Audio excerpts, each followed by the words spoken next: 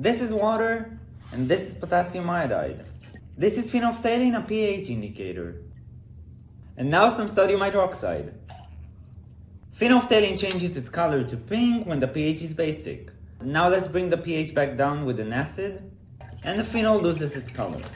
One last thing is lead nitrate. Here we have potassium iodide. Together they react to produce lead iodide, which is yellow, and toxic, and carcinogen, and tasty. Inside the container I put alcohol.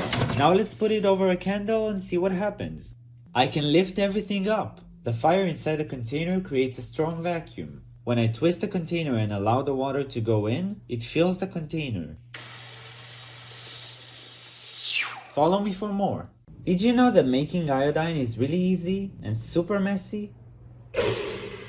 All you need is sulfuric acid and potassium iodide.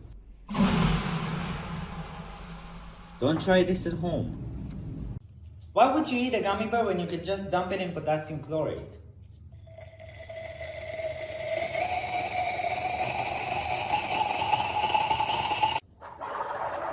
This is how it looks when you hold butane.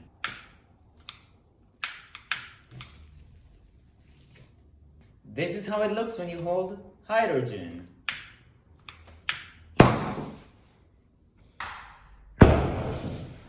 And this is a balloon filled with hydrogen.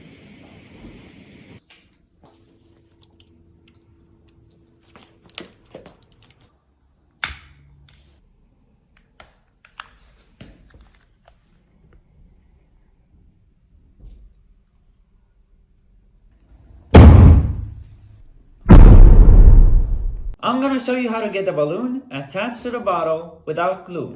First is baking soda, then vinegar. They fill it with carbon dioxide. Now let's add sodium hydroxide, which is a drain cleaner. We'll put the balloon on top and we'll shake it. Look what happened. Sodium hydroxide reacts with the carbon dioxide and creates a vacuum inside the bottle. Now you can lift it.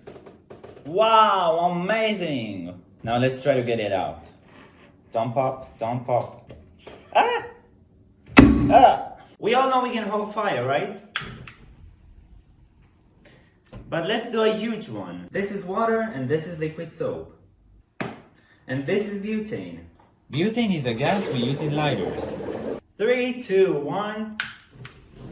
The only reason it doesn't burn me is because I dipped my hand in water. Don't try it at home. This is potassium iodide and this is hydrogen peroxide. So potassium iodide breaks hydrogen peroxide into water and oxygen. This reaction also produces triiodide, which is the yellow stuff you see. Triiodide reacts with the starch that is present in the paper and creates a black complex with it. Now look what it does to the paper. Did you know that copper hydroxide, which is blue, turns black when it dries? To make copper hydroxide, which is blue, I use copper sulfate and sodium hydroxide. When it turns black and becomes copper oxide, we can make it turn blue again by using sulfuric acid.